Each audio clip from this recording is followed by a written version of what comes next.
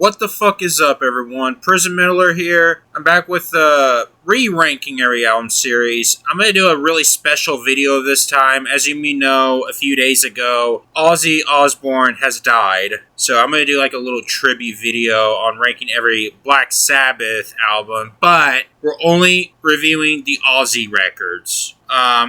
I did have thoughts on reviewing his every solo album as well, but I may have to re-listen to some of these albums, which is going to take me some time, so... Plus, I'm more familiar with Ozzy and Black Sabbath than I am with his solo career. So, because of that, I'm going to rank every Black Sabbath album, but just the Ozzy records. So, yeah, so from their self-titled to Never Say Die, and then skipping all the way to 13. So that's how we're going to do in this video. So yeah, guys, this is how I do it. Go through each album in order release, give each score out of 5, with 0 being the worst and 5 being the best. We're not reviewing EPs, demos, live albums, compilations, or any of that. Just the studio albums only. So, without further ado, let's go ahead and begin. Alright, starting up, we got us their self-titled album as Black Sabbath, released February 13, 1970, off of Vertigo from the UK / Warner Brothers Records from the US. Now, as we know, this is one of their first albums that started the heavy metal genre, along with bands such as Led Zeppelin and Deep Purple. Originally, when the album was released, it got some negative reviews saying consider it as a Cream ripoff. Sounds like it's more distorted, such like that. And then on and on and on and on. When people went back and listened to it, they started to like it and make a retrospective review on it. So it's got some really classic songs like Black Sabbath, which pretty much started with this whole Doom era sound. Not just heavy metal, but also for doom metal as well. And we got some classic songs like NIB, which is a nice bluesy sound to it, which I pretty much dug. Behind the Wall of Sleep's a great one. The Wizard's a great one. I kind of like this harmonic instruments to it as well. So, yeah, I think it's a straight-up classic record. It definitely holds up years later and pretty much consider it as a classic album. So, I think on my original review, I gave us like a 3.5 to 5. Let's move up to a 4 to 5. So, yeah, let's go for 4 to 5. I actually dug this album. So, yeah, definitely a classic Black Sabbath album, that's for sure. Alright, next up we got is Paranoid, released September 18, 1970, off of Vertigo Records / Warner Brother Records. And yeah, this is a straight-up classic album. I mean, this is probably the album that got him famous. It's definitely a very influential album. It's got a lot of elements throughout the song. You get some, like, sludgy riffs. You got some higher tempo songs, like tracks like Paranoid. I mean, Tony Iommi is fucking killing it with the guitars. And I don't think I need to give a fuller details with this album. This album is straight up classic. We got War Pigs, a classic song with this doomy sound in the intro. Planet Caravan is a great psychedelic song. Electric Funeral, like I said, I love the sludgy riffs. Hand of Doom, love the instrumental. I mean, I don't really need to go to through details. Iron Man, great Doom sounding track to it. Definitely a classic album. So I think I gave this a 5 out of 5 last time. I don't remember what rating I originally rated it. So if I did give this a 5 out of 5, let's keep that score. So yeah, 5 out of 5, perfect record. No further detail needed. Alrighty, next up we got is Master of Reality, released August 6, 1971, off of Vertigo Records. Now, this album, it's kind of debatable which album is better, that or Paranoid. Like, it's kind of like a duel here. It's like a face-off. I mean, it's got more of their heavier riffs. I mean, it's more down-tuned than their previous albums to develop a heavier sound to it. It's got more of a foundation of its doom metal sound, more of a sludge type sound to it. I mean, it got some really classic tracks. Like, it's a lot similar to Paranoid, just more heavier, if that's what we're saying here. Like Sweet Leaf, great fucking track. Great stoner song as well. After Forever, great track. Children of a Grave is a great one. I love this percussion to it. Solitude is a great psychedelic folk element type song to it. Solid ballad, I would say, with great flute performance by Tony Iommi. Into a Void's a really great song.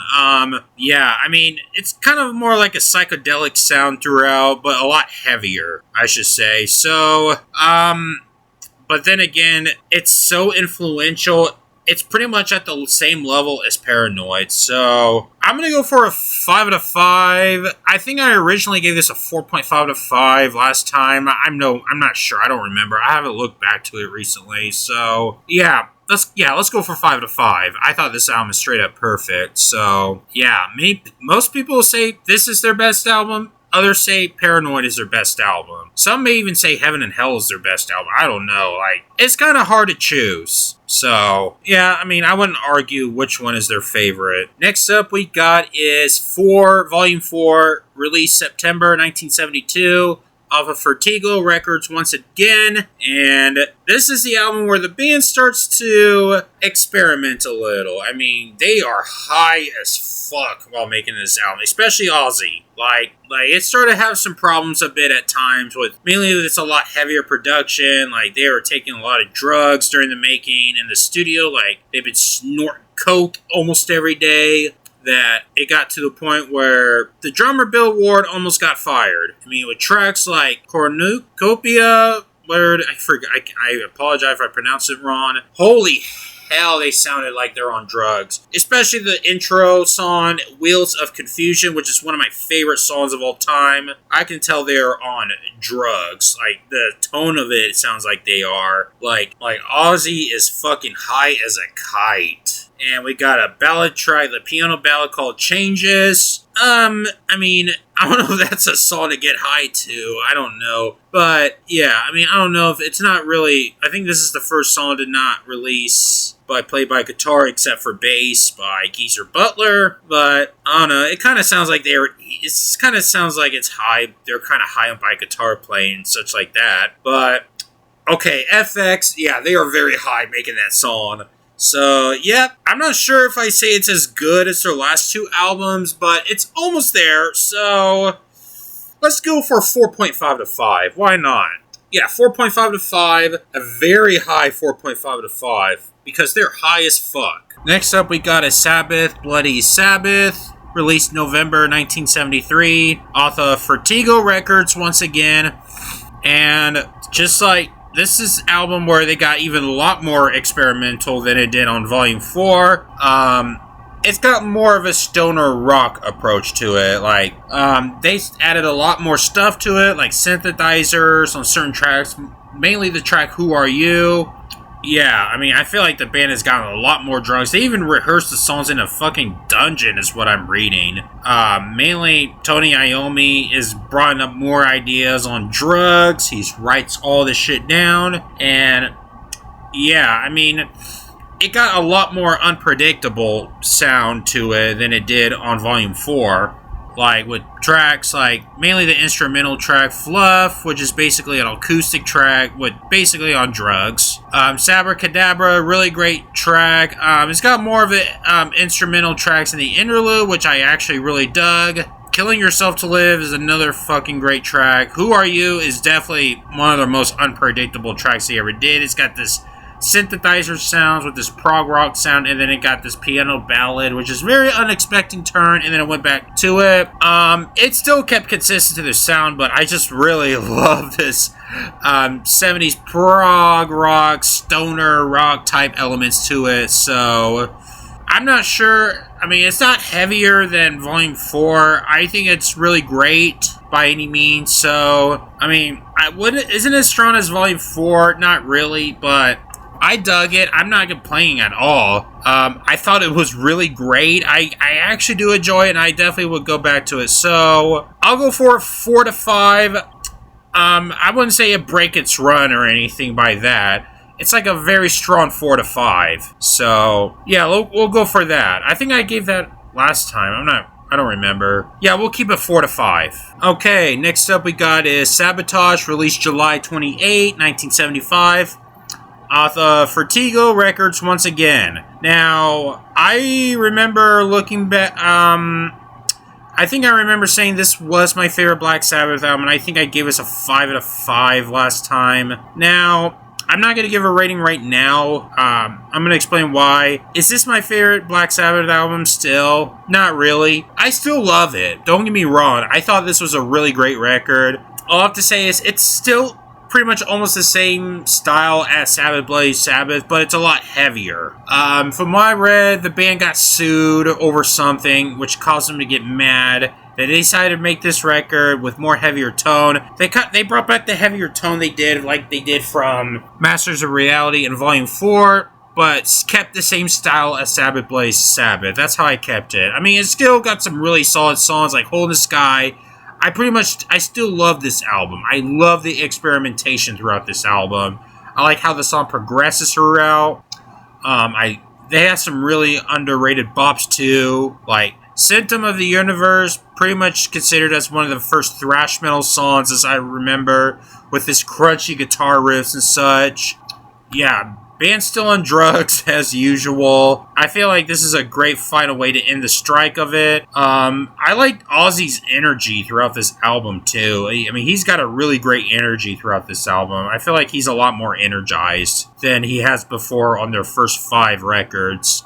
So, I think this was kind of like a personal feel I have in this album back then. I think I was in a minority back then, but I listened to this recently. It's not my favorite anymore, but I still enjoy it. Don't get me wrong. I think it's a really great record. So, originally, did I rate this a 5 out of 5 back then? Yeah.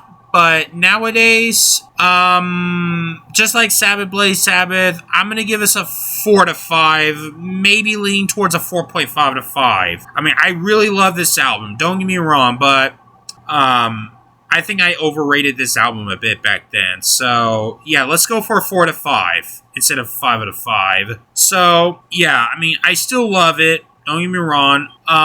I feel like it doesn't hold up to these classics like Paranoid and Master of Reality. I like this album a bit more than Sabbath Bloody Sabbath, but I like Volume 4 better. So if that's what you're trying to ask me there. Next up we got is Technical Ecstasy, released October 22nd, 1976. A little over a year after Sabotage, off of Vertigo Records once again. Now, this is the album where the band started to lose some passion in making music. Like, even Ozzy admitted that he lost passion with Black Sabbath a bit. And it sounds like the band is maturing more. They kind of sobered up a bit. And it kind of had some changes here and there. Like, it got a little less consistent with its sound. Like, I mean, semi-consistent, I should say. Like, it feels like it got a lot more watered down. Like, it's a lot more complex. Like, they hired a keyboard for the album. And all I have to say is, it kind of went downhill a bit more. I don't know what else you want me to say here. Like, while it making an attempt to experiment more and explore other musical territories, it didn't do very well as much as it did with Sabbath Bloody Sabbath and Sabotage. Like, they separated from this darkness sound from their previous albums, from this doomy sound to it.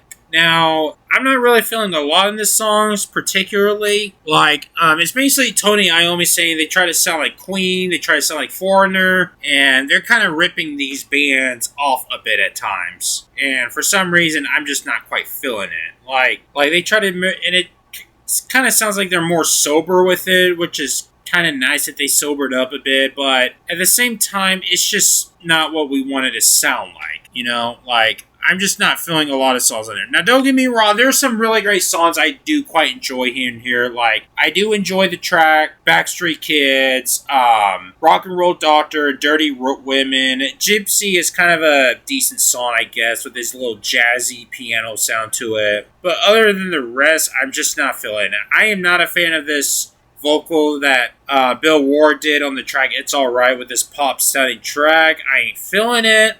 But overall, is it a bad album? No. I mean, it's got a controversial album cover with two robots mating each other. What I'm trying to say is, this album tried to sound like the band really attempted to make up ideas. Even if they were sober, they try to make up ideas. Whether it's on drugs, I'm not sure they still do around that period, but it just feels like they all ran out of ideas from their previous albums, and it's just like they need to take a break. And I feel like they're pretty much pressured into making this album. So I'm gonna go for a 2.5 to 5. I think I gave that rating last time. I don't remember, but yeah, 2.5 to 5. That's a suitable rating. I mean, again, there are some heavier moment songs that actually did work, whether they're sober or not. So, yeah, it's an alright record. I mean, definitely nowhere near as strong. So, yeah, that's all I have to say here. Alright, next up we got is Never Say Die, released September 29th, 1978. So, this got a longer gap between Technical Ecstasy and Never Say Die. I think between around that period, Ozzy left the band for a short bit, and they had to hire Dave Walker, who briefly worked with Fleetwood Mac. I mean, who is the singer from Humble Pie. They had to have him on vocals for a bit, and he was involved in a lot of the writings of the album, but for some reason, Ozzy came back to just for the recording of the album. Since he didn't like what the band is going through, he got a lot of arguments with the band member, like, around that time, the band members were not buddies. They were not friends at the time. Ozzy was heavily on drugs. Like, he's very addicted to them. The band is struggling badly that during the process of this album. And, yeah, the album is very messy. I had to go back and re-listen to this album, and I can't remember almost a fucking thing on it. I barely like anything from this album. It's so very disjointed. It's a very mess. Songwriting is not very memorable, and I can't really tell what they're trying to do here. It's kind of hard to tell what they're trying to do with this album. All I can say is I'm not feeling it. Songwriting is not interesting, kind of bores me to tears, and yeah, and then anything after that, it just got really bad to the point where, I mean, Ozzy's addiction got really bad to the point where he got kicked out of the band and had to bring in Dio in. So, yeah, guys, the only song I can remember from this album is Never Say Die and maybe Junior's Eyes, and that's it, and I just don't really care for the rest of this album. It's not very memorable. I don't like it, so I'm going to go for 1.5 to 5. I have to say, this is easily the worst album with Ozzy in it, but this is not Black Sabbath's worst album in general.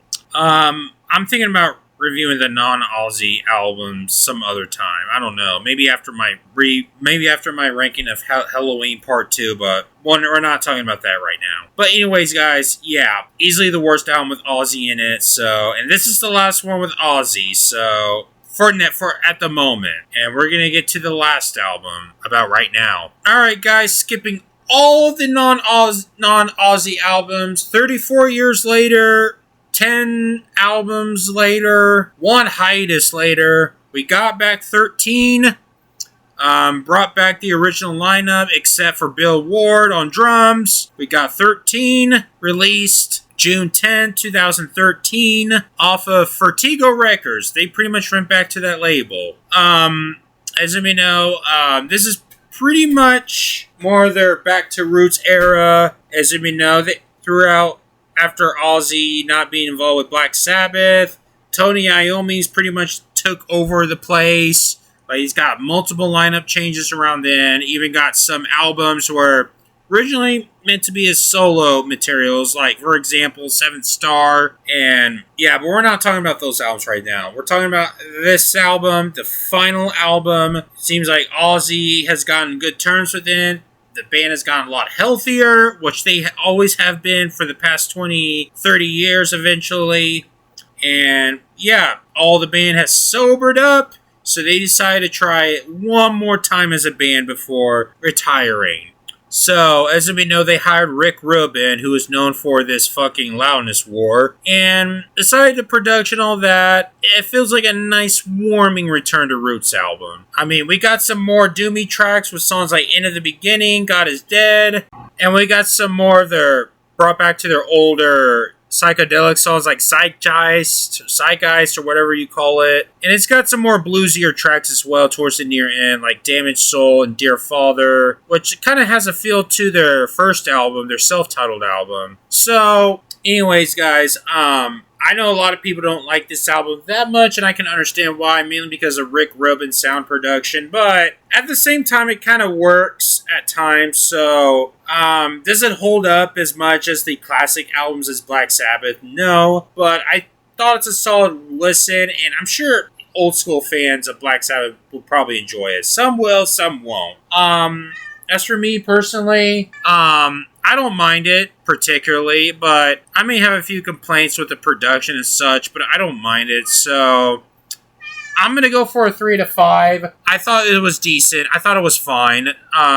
Nice way to close the band's discography, that's for sure. So, yeah, I don't mind this album at all. I thought it's a solid try. I thought it was nice for the band to reunite and close off the final album for one last time to close the chapter. So, yep, there's that. And then, yeah, a few more tours. I think they released one EP, which we're not going to review that. So, yeah, guys, nice way to close the chapter. Alright, guys, so that is my ranking every Black Sabbath album with Ozzy only, the Ozzy era of Black Sabbath. So what do you think? Let me know in the comments. So yeah, R.I.P. Ozzy Osbourne. Be quite honest with you, his death did not surprise me. I mean, I'm pretty much surprised about Hulk Hogan's death and that. I forgot the guy's name from the Cosby Show actor, but anyway. Yeah, guys, R.I.P. Ozzy and the rest, so Hulk Hogan as well. So, yeah, guys, I will be reviewing the non-Ozzy albums as well soon. But other than that, yeah, guys, that's pretty much it. If you enjoyed this video, subscribe for me for more content. Check out those videos, whatever's popping up on the screen. And, yeah, guys, we're pretty much done. So, I'm going to go ahead and get the fuck out of here. So, I'm out.